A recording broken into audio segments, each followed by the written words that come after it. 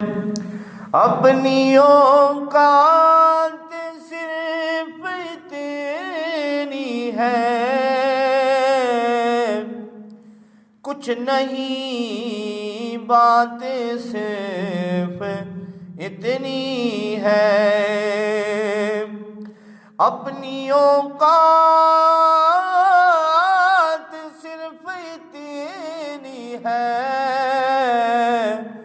کچھ نہیں بات صرف اتنی ہے، کل بھی ٹکڑوں کے ان کے پلتے تھے، اب بھی ٹکڑوں پہ ان کے پلتے ہیں، کل بھی ٹکڑوں پہ ان کے پلتے تھے، اب بھی ٹکڑوں پہ ان کے پلتے ہیں، وہی پرتے ہیں جو لیا سب کی، وہ سمجھتے ہیں بولیاں سب کی، وہی برتے ہیں جو لیا سب کی،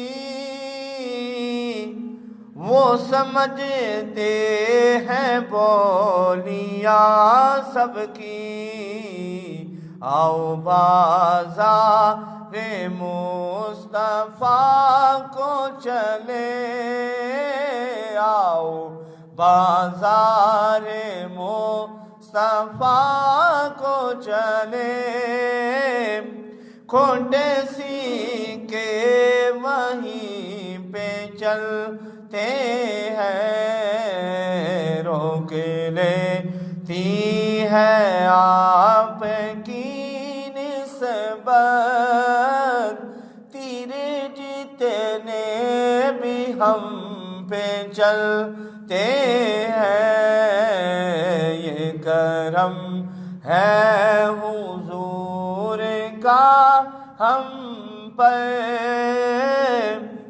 آنے والے عذاب ٹلتے ہیں، گر وہی مشک بار ہوتے ہیں، خلد سے ہم کنار ہوتے ہیں، گر وہی مشک بار ہوتے ہیں، گر وہی مشک بار ہوتے ہیں، خلد سے ہم کنار ہوتے ہیں، ذکر سرکار کے حوالوں سے جن گھروں میں چراغ جلتے ہیں، ذکر سرکار کے حوالوں سے جن گھروں میں چراغ جلتے ہیں، ذکر سرکار کے اجالوں کی بے نہایت ہے رفعت خالد، یہ اجالے کبھی نہ سمٹیں گے، یہ وہ سورج نہیں جو ڈلتے ہیں، یہ کرم ہے حضور کا ہم پر، آنے والے عذاب ٹلتے ہیں۔ حمد و ثنا رب ذوالجلال اور ہدیہ بحضور سرور کائنات احمد مجتبیٰ محمد مصطفیٰ صلی اللہ علیہ وآلہ وسلم کی بارگاہ میں ہدیہ درود و سلام کا نذرانہ پیش کرنے کے بعد حاضرین و سامعین، میں نے جو آپ کے سامنے آیا کریمہ پڑھنے کا شرف حاصل کیا، 2 آیات کریمہ آپ کے سامنے میں نے پڑھی۔ اللہ تعالیٰ نے قرآن پاک میں ارشاد فرمایا، ان اکرمکم عند اللہ اتقاکم۔ یہ پارہ نمبر 26 کی آیت کریمہ ہے، سورۃ الحجرات ہے، آیت نمبر 13 ہے۔ اس میں اللہ تعالیٰ نے ارشاد فرمایا، ان اکرمکم عند اللہ اتقاکم۔ ہم کسی سے بھی محبت کرتے ہیں، کسی کی ذات کے لیے جیتے ہیں، ہم والدین کی عزت کرتے ہیں، بہن بھائیوں کی عزت کرتے ہیں، یا کسی کی بھی عزت کرتے ہیں، تو ہم یہ دیکھتے ہیں وہ مجھے کس نگاہ سے عزیز رکھتا ہے۔ ہم دیکھتے ہیں والدین کیا چیز پسند کرتے ہیں کہ میں اس کا محبوب بن جاؤں، میرے والدین کو کیا چیز پسند ہے میں اسے ہی کام کرنے لگ جاؤں، میرے بھائیوں کو کیا چیز پسند ہے میں اسی طرح کا بن جاؤں، میرے مرشد گرامی کو کیا پسند ہے میں اسی طرح کا عمل کرنا شروع کر دوں، میری ماں کو کیا پسند ہے میں اسی طرح کا کام کرنا شروع کر دوں۔ تو ایک رب کی ذات ہے جس نے ہمیں پیدا فرمایا، تو ہم یہ دیکھتے ہیں کہ اللہ کی نزدیک، اللہ کے قریب سب سے قرب والا کون ہے، میرے رب کو کون سا بندہ پسند ہے۔ اسی آیت کریمہ میں سورۃ الحجرات کی آیت نمبر 13 میں ارشاد فرمایا، ان اکرمکم عند اللہ اتقاکم۔ اے لوگو، اللہ کے نزدیک سب سے زیادہ عزت والا وہ ہے جو متقی و پرہیزگار ہے، جو متقین کی صف میں شامل ہے، جو پرہیزگار ہے، جو اللہ کی ذات سے ڈرنے والا ہے، وہ اللہ کے نزدیک جو ہے سب سے زیادہ قرب والا ہے۔ اور ایک جگہ پہ ارشاد فرمایا، 24واں پارہ ہے، اس کی آیت کریمہ ہے، والذی جاء بالصدق وصدق بہ اولئک ھم المتقون۔ فرمایا وہ ذات جو سچ لے کے آئی اور وہ ذات جس نے اس سچ کی تصدیق فرمائی ہے، اولئک ھم المتقون، یہ وہ لوگ ہیں جو متقی و پرہیزگار ہیں۔ تو حضرات گرامی، آج میں جس ہستی کا ذکر کروں گا، علامہ ابن جوزی آپ ارشاد فرماتے ہیں کہ یہ جو آیت کریمہ ہے نا، ان اکرمکم عند اللہ اتقاکم، یہ اسی ہستی کے متعلق ہے جن کا نام نامی اس میں گرامی ہے امام المسلمین، خلیفۃ المسلمین، حضرت سیدنا ابو بکر صدیق رضی اللہ عنہ۔ آپ کے متعلق حضرت علامہ ابن جوزی فرماتے ہیں کہ اللہ تعالیٰ نے یہ آیت کریمہ آپ کے متعلق ہی نازل فرمائی ہے کہ آپ اللہ تعالیٰ کے نزدیک سب سے زیادہ عزت والے تھے، آپ وہ لوگ ہیں جو متقی و پرہیزگار کی صف میں سب سے اول نظر آتے ہیں، حضرت ابو بکر صدیق رضی اللہ عنہ۔ اور دوسری جو آیت کریمہ ہے، والذی جاء بالصدق وصدق بہ اولئک ھم المتقون، اس کا بھی مفہوم یہی ہے کہ وہ لوگ، وہ ذات جو سچ لے کے آئی اور جس نے اس سچ کی تصدیق فرمائی ہے، یہ متقی و پرہیزگار ہیں۔ یہاں بھی متقین کا ذکر ہی ہو رہا ہے۔ تو حضرت گرامی شاعر کہتا ہے حضرت ابو بکر صدیق رضی اللہ عنہ کے متعلق، جس کا ترجمہ یہ ہے، حقیقت کی زبان صدیق اکبر، صداقت کا بیان صدیق اکبر، ہمارا حق کا ترجمان، وہ حق کا ترجمان صدیق اکبر، نبی کا رازدان صدیق اکبر، کبھی نہ ساتھ چھوڑا مصطفیٰ کا، جہاں آقا وہاں صدیق اکبر۔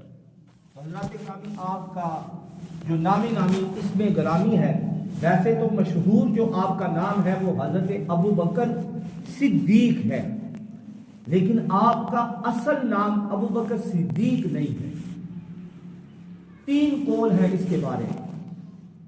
بعض لوگ یہ کہتے ہیں، ایک قول یہ ہے آپ کا جو نام تھا عبد الکعبہ تھا، دوسرے قول میں یہ ہے آپ کا نام عبد الکعبہ تھا اور حضور نبی مکرم صلی اللہ علیہ وآلہ وسلم نے آپ کا نام جو ہے عبداللہ رکھ دیا، اور ایک قول کے متعلق ہے کہ آپ کا نام نامی اس میں گرامی عبد الکعبہ ہی تھا لیکن گھر والوں نے عبداللہ رکھ دیا، اور ایک قول یہ کہتا ہے آپ کا نام عبداللہ ہی رکھا گیا تھا، اور تیسرا قول یہ ہے آپ کا نام نامی اس میں گرامی عتیق ہے، لیکن آپ کو حضرت ابوبکر صدیق کیوں کہا جاتا ہے؟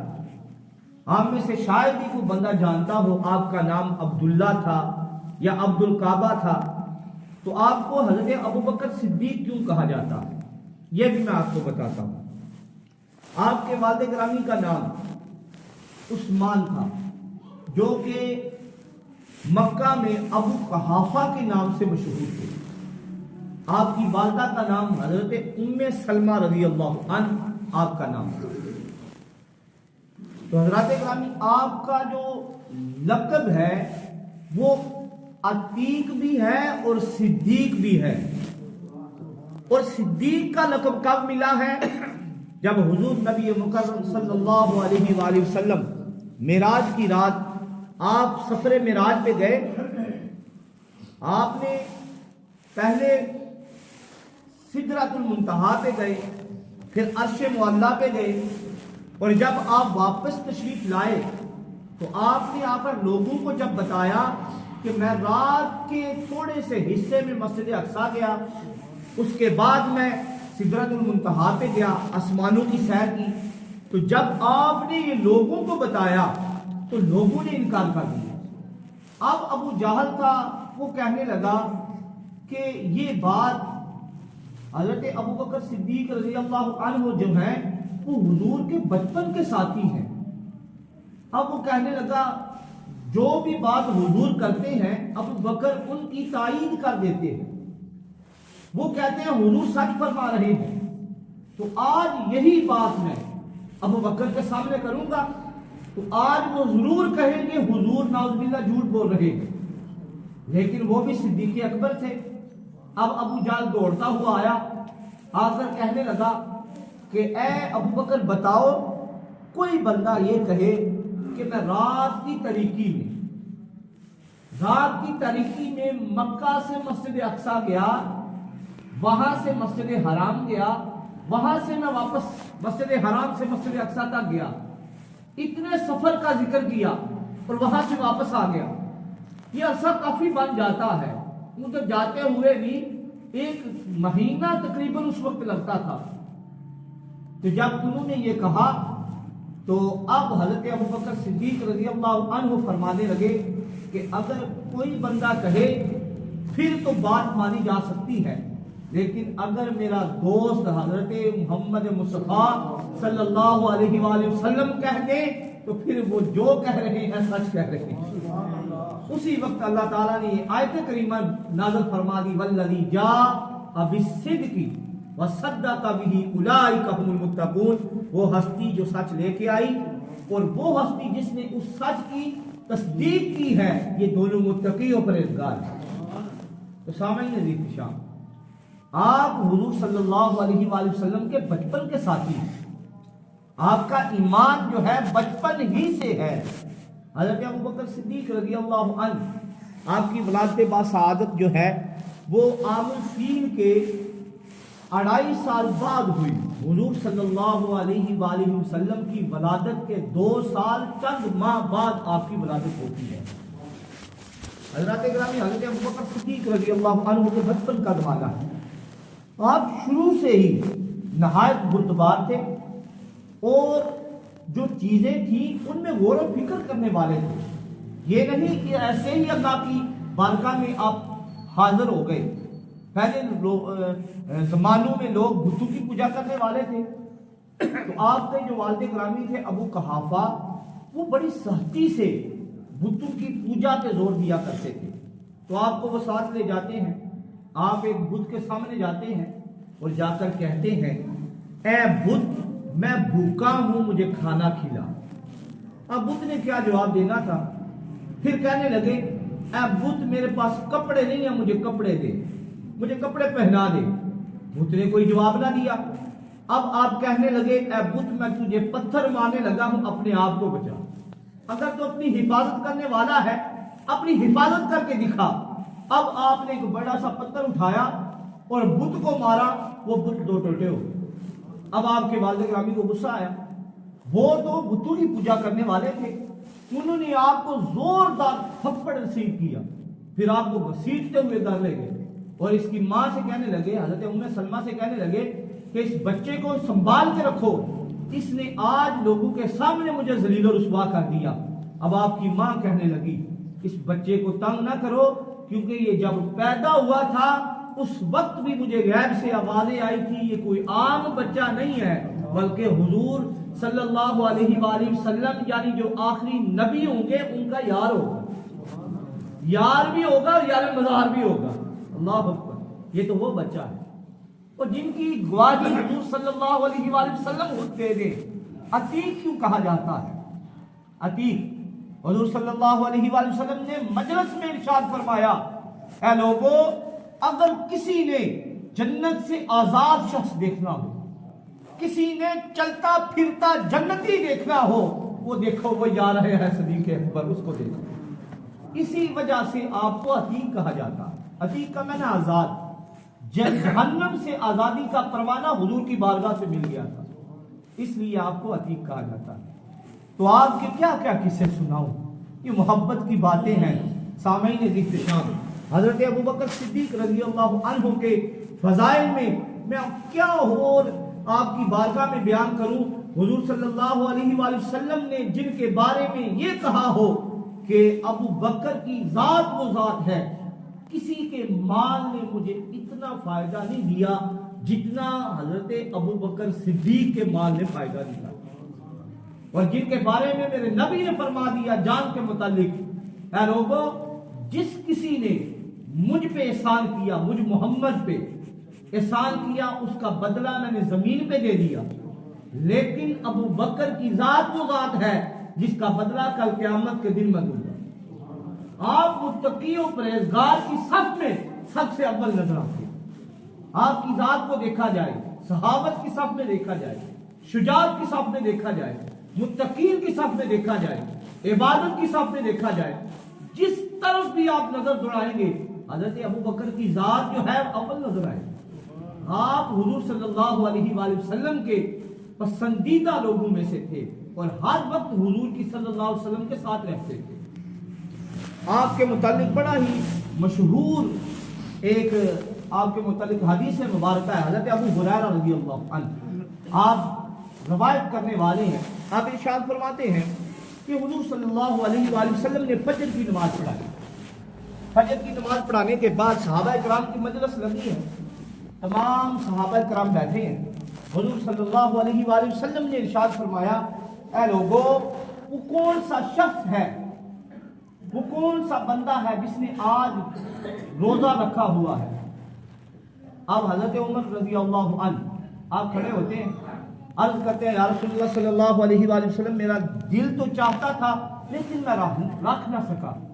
حضور نے فرمایا کوئی ایسا بندہ ہے مجلس میں جس نے روزہ رکھا ہو. حضرت ابوبکر صدیق رضی اللہ عنہ آپ ہاتھ کھڑا کرتے ہیں.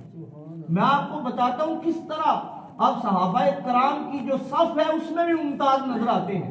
ایسے ہی نہیں تو حضور نے بشارتیں دے دی, ایسے ہی نہیں حضور صلی اللہ علیہ وآلہ وسلم نے فضائل کے انبار لگا دیے. آپ نے ایسے کر کے ثابت کیا ہے, آپ نے عبادات کی صف میں بھی شامل ہوئے, آپ نے لوگوں کی خدمت کر کے بھی ثابت کیا ہے, حضور پہ اپنی جان کا ثبوت بھی دیا ہے. اب آپ نے اپنے ہاتھوں کو کھڑا کیا اور عرض کرتے ہیں یا رسول اللہ میں نے روزہ رکھا.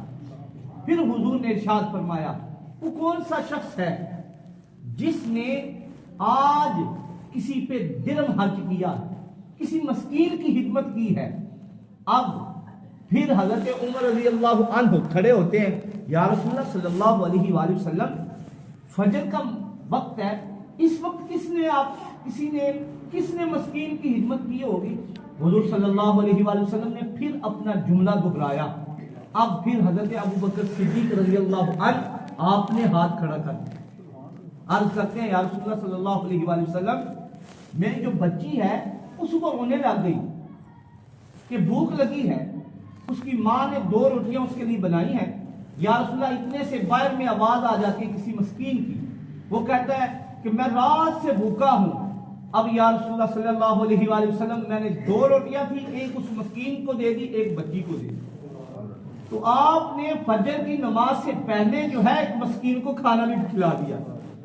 اب پھر حضور نے فرمایا وہ کون سا بندہ ہے، وہ کون سا صحابی ہے جس نے فجر کی نماز سے پہلے کسی بیمار کی عیادت کی ہے۔ حضرات گرامی، بیمار کی عیادت کے متعلق حضور کی حدیث ہے، کل قیامت کے دن سوال کیا جائے گا۔ آپ کے معاشرے میں، آپ کے محلے میں کوئی بندہ بھی بیمار ہوتا ہے، کوشش کیا کریں ٹائم نکال کر اس کے پاس بیٹھا کریں، اگر زیادہ بیمار ہے زیادہ دیر بیٹھا کریں تاکہ اس کی دل جوئی کیا کریں، کیونکہ حضور نے ارشاد فرمایا کل قیامت کے دن اللہ تعالیٰ ارشاد فرمائیں گے اے میرے بندے میں بیمار تھا، تو میری بیمار پرسی کرنے کے لیے نہیں آیا۔ عرض کریں گے یا اللہ تو بیماریوں سے پاک ہے، تو کس طرح بیمار تھا؟ حضور نے فرمایا اللہ تعالیٰ ارشاد فرمائیں گے میرا فلاں بندہ بیمار تھا، تو اس کی بیمار پرسی کے لیے نہیں گیا، گویا سمجھ کے میں ہی بیمار تھا۔ تو حضرات گرامی بیمار پرسی کے لیے جایا کریں۔ تو حضور نے ارشاد فرمایا کون ہے جو بیمار پرسی کر کے آیا ہے؟ تو حضرت عمر رضی اللہ عنہ عرض کرتے ہیں یا رسول اللہ کس طرح فجر کے متعلق، ابھی تو فجر کا وقت ہے، ابھی کون بندہ بیمار پرسی کر کے آ سکتا ہے؟ حضرت ابو بکر نے پھر ہاتھ کھڑا کیا، عرض کرتے ہیں یا رسول اللہ صلی اللہ علیہ وآلہ وسلم میں نے رات کو پوچھا تھا کہ حضرت عبد الرحمن بن عوف جو ہے 3 دن سے مسجد نہیں آ رہے، وہ کیوں نہیں آ رہے؟ تو مجھے بتایا گیا وہ بیمار ہیں، بڑے سخت بیمار ہیں۔ تو حضور صلی اللہ علیہ وآلہ وسلم کی بارگاہ میں عرض کرتے ہیں یا رسول اللہ میں فجر کی نماز سے پہلے اٹھا، ان کے گھر گیا، ان کی بیمار کرسی کی، ان کی حال دریافت فرمایا، اس کے بعد یا رسول اللہ میں مسجد میں آ گیا نماز ادا کرنے کے لیے۔ تو حضرات گرامی اب حضور نے فرمایا ایسا بندہ بھی ہے جس نے جنازہ پڑھا فجر کے وقت، حضور پوچھ رہے ہیں۔ اب بھی حضرت ابو بکر صدیق رضی اللہ عنہ نے ہاتھ کو کھڑا کر دیا، حضور نے فرمایا وہ دیکھو وہ چلتا پھرتا جنتی ہے۔ تو حضرات گرامی آپ کی جو ذات گرامی تھی وہ متقین کی صف میں بھی سب سے اول نظر آتی ہے، اور آپ نے مردوں میں سب سے پہلے اسلام قبول کیا ہے۔ اللہ تعالیٰ آپ کی سیرت پہ بھی ہمیں عمل کی توفیق عطا فرمائے۔ آپ نے جس طرح لوگوں کی خدمت کی ہے، جس طرح آپ نے زندگی گزاری ہے، اللہ تعالیٰ ہمیں بھی زندگی گزارنے کی توفیق عطا فرمائے۔ آپ نے نیک اعمال کی صف میں اس طرح نیک اعمال کیے ہیں۔ حضور کی حدیث مبارکہ ہے، آپ کی بیٹی حضرت ام المومنین حضرت سیدہ عائشہ صدیقہ رضی اللہ عنہا، انہوں نے حضور سے پوچھا یا رسول اللہ مجھے بتائیں یہ جو آسمان کے ستارے ہیں ان کے برابر بھی کسی کی نیکیاں ہیں؟ حضور نے فرمایا ہاں اے عائشہ، میرا جو خادم ہے، میرا جو غلام ہے عمر، اس کی جو نیکیاں ہیں وہ آسمان کے ستاروں کے برابر ہیں۔ اب حضرت عائشہ صدیقہ رضی اللہ عنہا پریشان ہو گئی کہ اتنی نیکیاں حضرت عمر کی، تو میرے بابا کا نام نہیں ہے، اتنی نیکیاں آسمان کے ستاروں کے برابر۔ اب عرض کرتے ہیں یا رسول اللہ میرے بابا جان جو حضرت ابو بکر صدیق رضی اللہ عنہ ہیں ان کی نیکیاں کتنی ہیں؟ تو اب حضور صلی اللہ علیہ وآلہ وسلم نے ارشاد فرمایا اے عائشہ، حضرت عمر رضی اللہ عنہ کی نیکیاں، تمام زندگی کی نیکیاں ایک طرف، اور حضرت ابو بکر صدیق رضی اللہ عنہ کی یار غار والی جو غار سور والی نیکی ہے ایک طرف، یہ پھر بھی بھاری ہے۔ حضرات گرامی اللہ تعالیٰ ہمیں ان کے نقش قدم پہ چلنے کی توفیق عطا فرمائے۔ آپ اکثر فرمایا کرتے تھے کہ مجھے 3 چیزیں پسند ہیں، 3 چیزیں، ان کی تشریح انشاءاللہ اگلے جمعہ کو یا اس سے اگلے جمعے پہ کی جائے گی۔ آپ فرماتے ہیں مجھے 3 چیزیں پسند ہیں۔